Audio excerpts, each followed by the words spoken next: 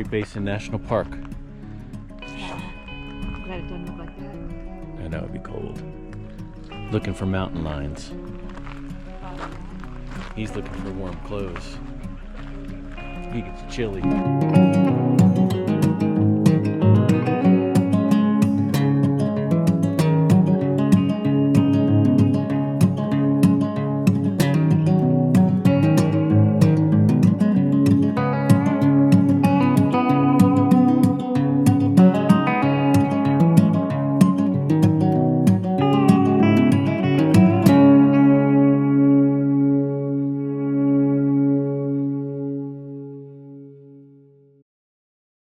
We're at 10,000 feet of elevation.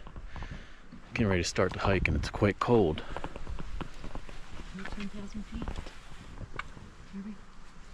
That's cold.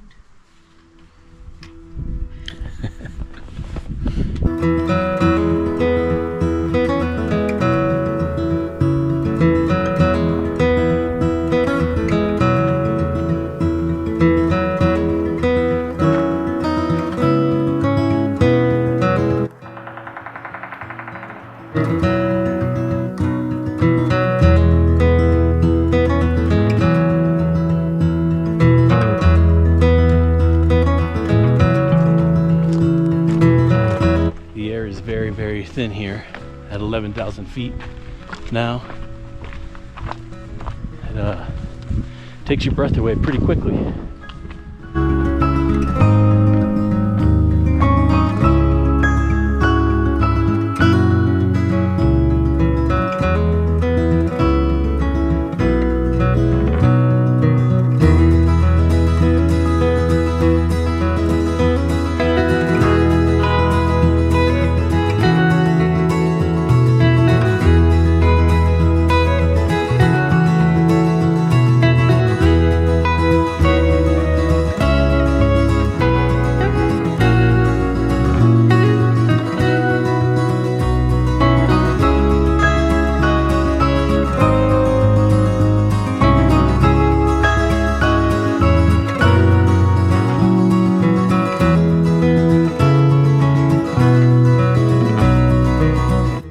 $3,000 to $5,000-year-old trees.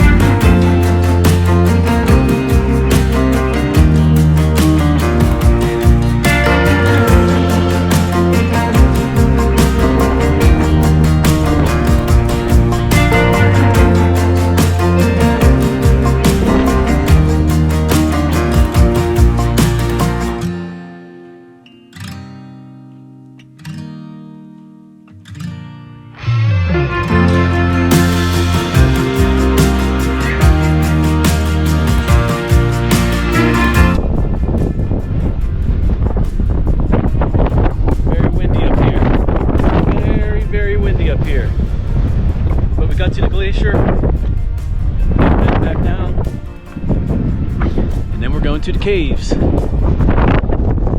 we have a nice view going back down.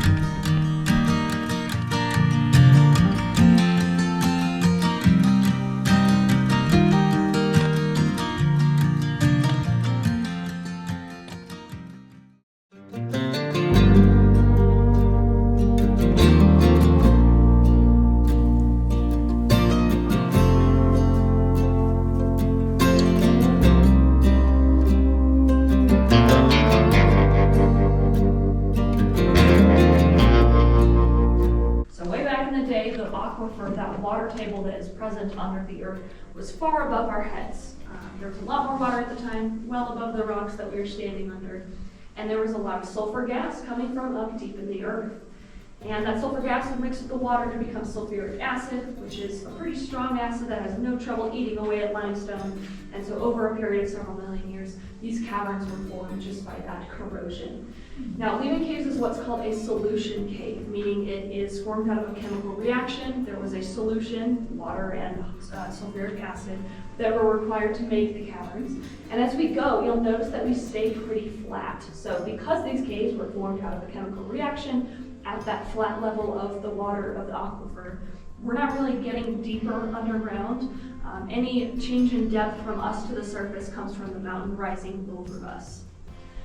So after the cavern sort of drained, that aquifer level dipped, we started getting our cave formations. The caverns dried. The soil above us in the mountains is pretty rich in life, right? We have lots of plants and animals that live in it. Most of it produces carbon dioxide to some extent.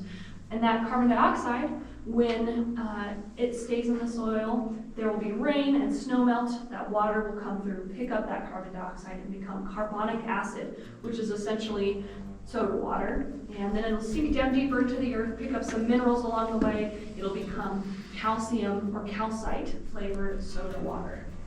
Then it'll finally reach bedrock and hit the inside of the caves here through these cracks in the ceiling that you'll see pretty much all over the place. This is kind of where a lot of our formations start.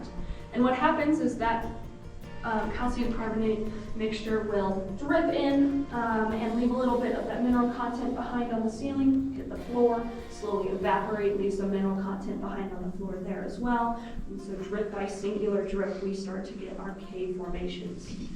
Now, does anyone know what we call formations that hang from the ceiling? Stalactites, because they hang tight to the ceiling. And what about ones that come up from the floor? Stalagmites, because you might trip on them. And what do we call them when we get a stalactite and a stalagmite that meet in the middle? We call them columns, exactly. Yes, so that's kind of a little mnemonic to remember our three main cave formations. You'll see these in probably any cave you go to, right? It's just gravity sort of leading water to create these rock pillars here. And Lehman Caves has a lot of these, as I'm sure you've noticed, but we also are special for a singular reason, and that is the cave shields. So this is another type of formation that are really rare. Some of you might have noticed we actually have 5 right here. We've got 1, 2, 3, 4, and 5. So these are all these flat discs of rock. And we don't really know what's required of a cave to have the possibility of shields forming. We do know how they form, though. And that is through a really thin gap in some rock. There will be water flowing at a higher pressure than you get just from dripping. It's essentially like if you took a garden hose and stuck your thumb over the lip of that hose, you get that flat radial spray of water coming out. Now, eventually that calcite will, yeah, that's where our wild cave tour comes out. Oh, okay.